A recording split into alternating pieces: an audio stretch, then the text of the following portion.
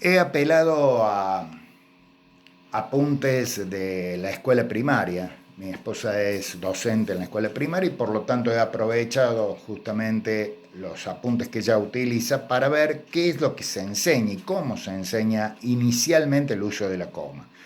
En realidad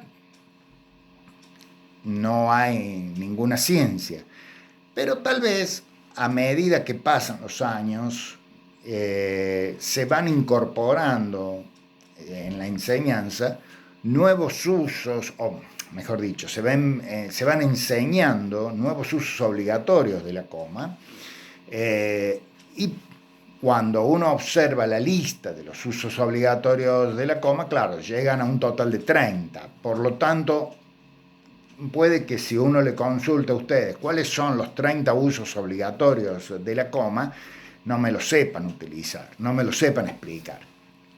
Eh, Nosotros les vamos a pedir que tengan en cuenta básicamente 3 o 4 usos obligatorios de la coma correctos y que tengan en cuenta 3 o 4 usos incorrectos de la coma para que no incurran en ellos. Vamos a los correctos. En primer lugar, la coma se utiliza para separar elementos de una enumeración.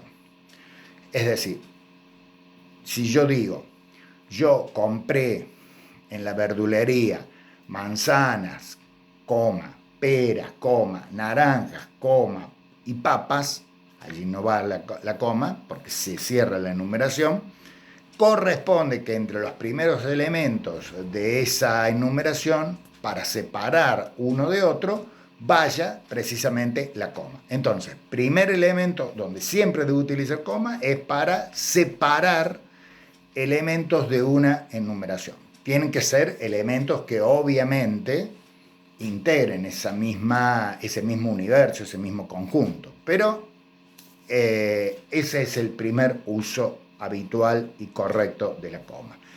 El segundo ejemplo, vamos a utilizar a San Martín, si les parece, para distinguir uno de otro. Es el del inciso explicativo y el de la aposición. Ustedes en un apunte que les vamos a remitir lo van a encontrar a la aposición como cuando se utilizan apodos.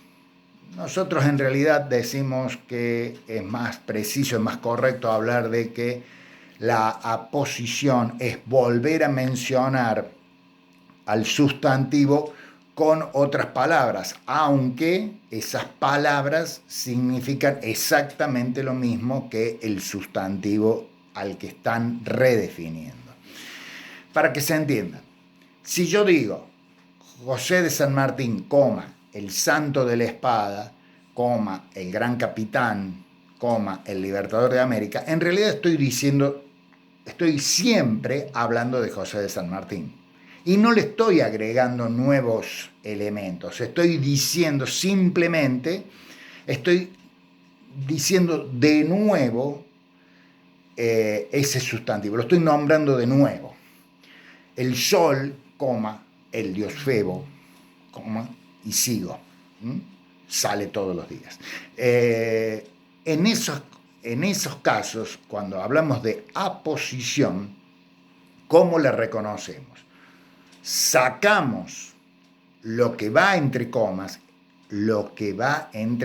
por lo tanto hay 2 comas en cada uno de estos casos, y la oración nos queda completa. Ejemplo, el sol sale todos los días. O José de San Martín nació en Yapeyú.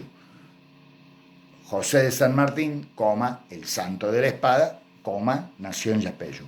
Vuelvo a repetir, si saco las 2 comas y todo lo que está entre ellas, la oración me queda absolutamente correcta, pero sin ninguna coma. Ya vamos a ver por qué. El tercer caso es el del inciso explicativo, que es exactamente igual al de la aposición. Estamos hablando de una expresión que va entre comas, pero esa expresión, a diferencia de la aposición, no está definiendo de nuevo al sujeto, sino que está brindando, o al sujeto o al sustantivo, sino que está brindando una idea, está brindando más información respecto al sujeto. Ejemplo, José de San Martín, quien nació en Yapeyú, es considerado el libertador de América. Si yo saco ese inciso explicativo, me queda José de San Martín es considerado el libertador de América. ¿Se entiende? Allí yo tengo un inciso explicativo, pero al igual que la aposición, va entre dos comas y si yo lo saco, la oración me queda gramaticalmente correcta. La diferencia entre aposición y inciso explicativo es que este último me brinda nueva información sobre el sustantivo, mientras que la anterior, insisto, en los apuntes que les envío van a observar la que se refiere a ella como si se tratara de un apodo del sustantivo o como nombrar de otra manera el mismo sustantivo. Estos son los usos correctos de la coma. Y son, junto con un cuarto uso, al cual voy a hacer referencia ahora, los que ustedes tienen que tener en cuenta. ¿Cuál es ese cuarto uso? Cuando aparecen expresiones como en tanto, mientras tanto, o por consiguiente, sin embargo, es decir, cuando vamos a utilizar expresiones que actúan como nexo con respecto a la oración anterior, allí va una coma. Dicho de otra manera, dicho de otra manera, inicia una frase con la expresión, cerrándola con la expresión dicho de otra manera y una coma final. Insisto, hay coma. Ese tipo de expresiones son las que nos permiten ir intercalando, ir uniendo distintas partes, cohesionando distintas partes del texto. Siempre van con coma. Vuelvo a repetir.